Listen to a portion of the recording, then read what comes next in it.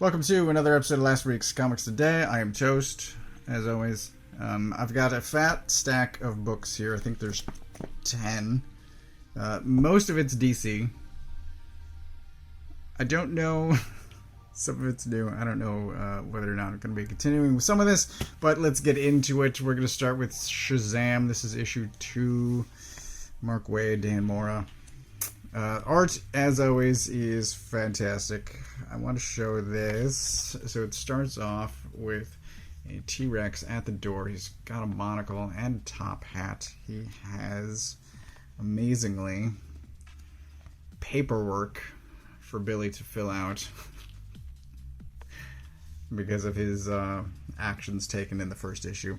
This is also following up on the outburst that the captain, I guess his name is now, that's Shazam. Angry Shazam just looks like Black Adam.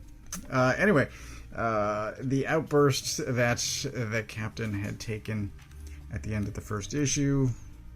So this is, it's honestly pretty great. There is a weird thing where I guess the Mona Lisa is traveling and Psycho Pirate wants it.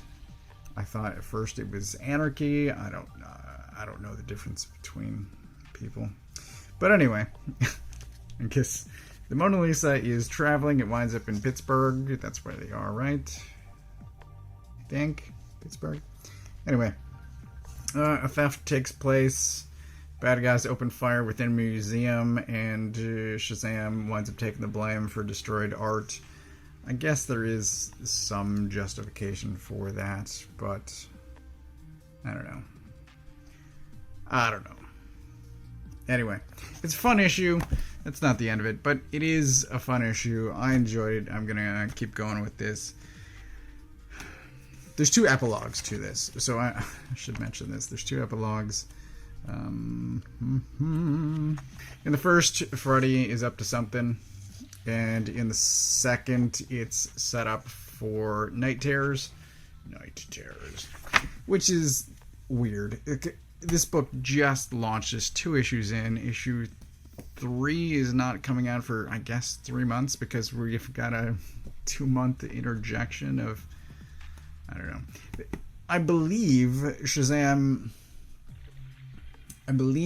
is the only Night Terrors miniseries that I'm getting. I don't think I'm getting any of the rest. I don't care. I just don't care. But this is off to a good start. I guess I'll find out what happens issue 3 in 3 months, whenever this Night Terrors nonsense is over.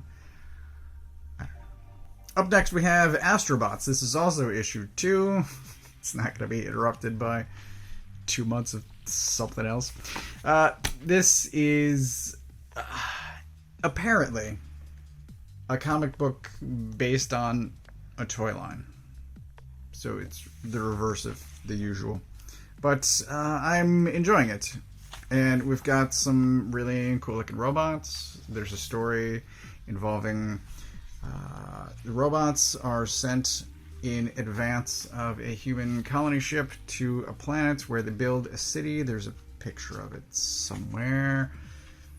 They built the city. Humans have arrived. They have not yet landed on the planet. There's some more robots. Cool design. And there's shenanigans, and there's some mystery, and I don't know. It's fun. I'm enjoying it. If you like robots, if you like mystery, if you like Simon Furman, if you remember him from back in the day, then I recommend it. Look at this guy. Also, we shot a video for Apollo over on the Shock and Awe channel. This video is going to wind up going live before that one, but I do recommend checking out that video review once it goes up. It should be, I think, next week, if the schedule holds out, but we'll see. This is good. I'm enjoying it. Poison Ivy, it's up to, surprisingly, issue 13. I've held out this long even though I can't be certain whether or not I enjoy it. Weirdly, they can't get a single artist to stay on this book. Look at all of those names. So the art is inconsistent, I'll say.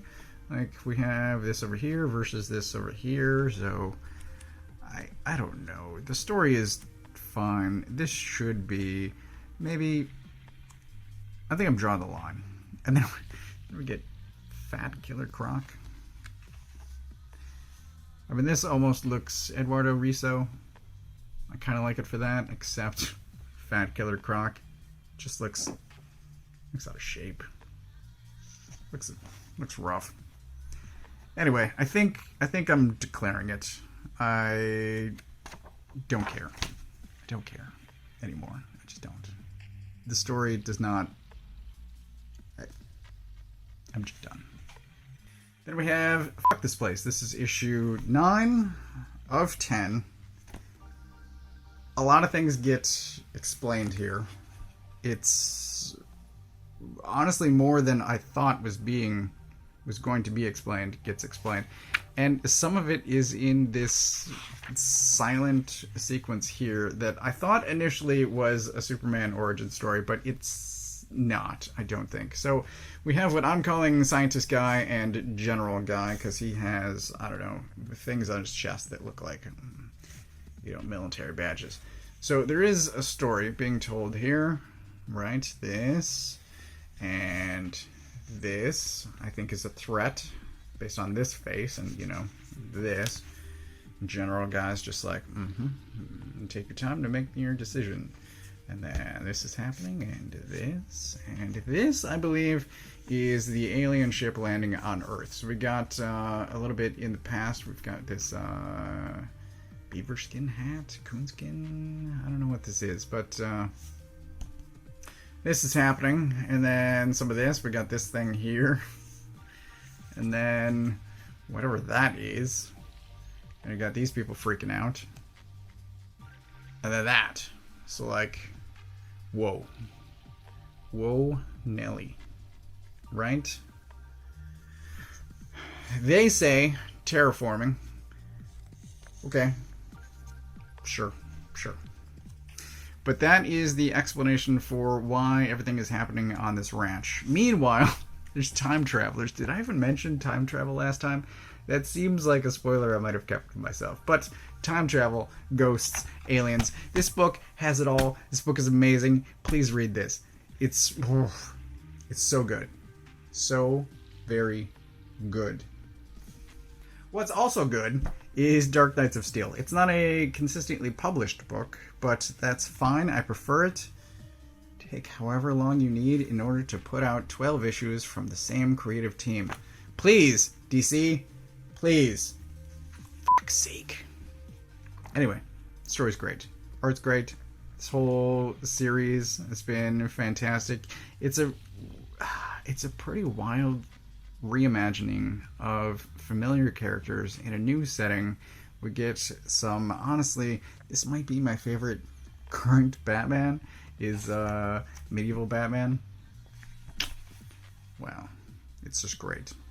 Anyway, all kinds of things are happening. This is also the second to last issue, so I don't know when 12 is supposed to come out, but this is amazing. I will be getting the hardcover of this once that comes out as well, because it's just so good. One, it deserves a reread because it's just been such a span of time since issue 1. And then I'm enjoying it so much, I just want to read it again. So this is great. It's highly recommended. There is a twist. If you know some characters, you know they're gonna get up again. Shenanigans. It's the second time in this video. This is really good. Really, really good. And another really good comic, Phantom Road issue 4. This, I think, is the first week in which Phantom Road comes out that it's not getting pick of the week. It is, however, still great. We've got a... whatever's happening here. This sequence does make more sense later. It's weird at first, for first page. Anyway, we've got our leads trying to have a conversation or trying not to have a conversation as they drive down the road sleepily. And we flash over to her. I don't remember her being captured, but that's where she is now, is captivity. I might need to skim issue 3 again, but she's being questioned, she's tied up, she's being questioned, and I have a guess who this character is, but I'm likely wrong, and I don't know. Time will tell, I suppose. But this is such a good, strange, weird story, and I love every second of it. It's so good. Highly, highly recommended. Batman 136. This is the one of the other DC books that I'm reading and questioning whether or not I should continue. He's back from his multiversal jaunt, and there's more Zur-En-Arrh, which is always fun. It has, honestly, more Zur-En-Arrh than I was expecting. It's a weird relationship that they have going on right now. It's weird. Anyway, we get this gathering, which is a surprise to Bruce, and he's looking, I think, old. I don't know if this is a choice by the artist or if he's being directed by the writer. So I don't know if that's Zdarsky or Ortega, but I'm kind of enjoying it. Look at this. Such imagery. This is amazing. I am curious to see where this goes, but at the same time, I honestly don't really care. Maybe that should tell me something. But I think the backup is a better story than the main. It's wild. I don't know. It's a weird time to be alive, I guess. But the backup is great. The main story is fine. It's Batman in denial about literally everything. Once Upon a Time at the End of the World is back. This is issue 6. And I think I was mistaken. There's something that I learned early on about the artists of this, and I've been waiting for something to happen, and it hasn't happened. Oops, nakedness. And I'm remembering that there's actually a lot of nakedness. I will selectively flip through this. Nope, can't show that. Here we go. I can show these 2 pages. So here's some art, and here's some art. So time has passed since issue 5. These 2 characters have gotten a bit older. They are still traveling the wasteland, if this is any indication. And they're still in search of a destination that she has in mind, that they've been looking for years. And he questions whether or not it really exists, and whether or not they'd be fine, better off, if they just stopped somewhere and stopped looking.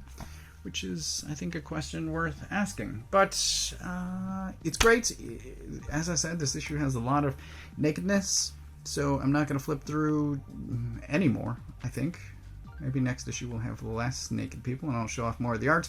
But I originally expected this to have multiple artists. I think it's intended to be 15 issues total. I thought that maybe each 5-issue arc was going to have a different artist. I don't know. I can't. I don't think that's what's happening, but this is by them and illustrated. Yeah, 1 in 26. All right, so there is some switching.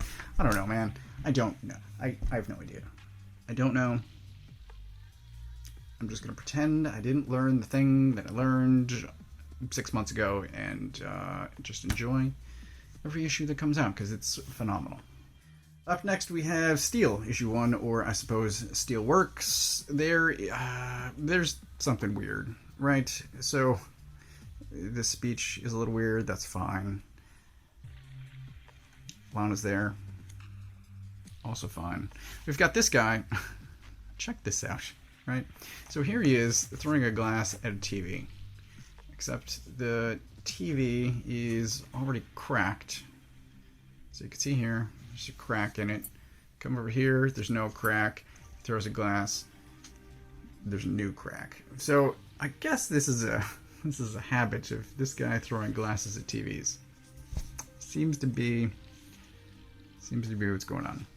Anyway, what I was saying is this speech is a little weird because these guys do a flyover, and that should be, I would think, the conclusion, except he keeps talking for all of this time and all of this before they show up. It's like, I don't know, the timing's a little weird. But we do get all of this, which, I don't know, recap origin story. It's, to get the audience up to speed about what has been happening, and I needed that a bit. I probably could have used a bit more, because I haven't paid attention to any of the super titles since Bendis took over from Tomasi, and this is...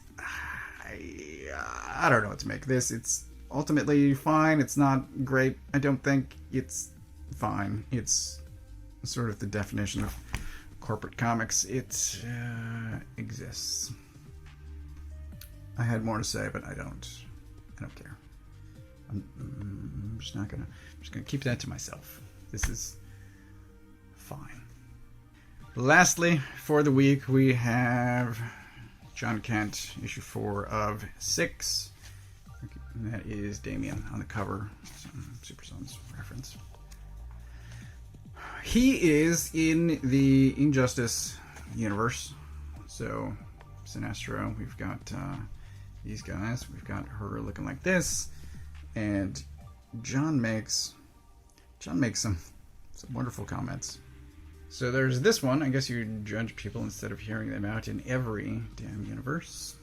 So we get to another blue suit episode, and this is interesting because it's not his suit changing, it's his suit transitioning. So here it is, mid-transition back from blue. That's interesting. I did not foresee that. This is another great moment. So this is Luthor. I don't think this particularly looks like Luthor, but whatever. Where he's saying, I know how bad this looks, and it says, stealing technology from a corpse. He's like, oh yeah, I guess it does look pretty bad.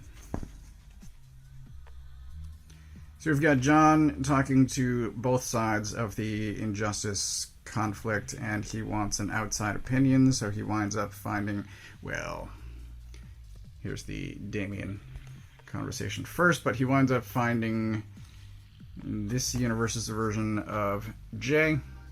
So they have a conversation, and I don't know. It's, I guess, ultimately also fine. It is fun.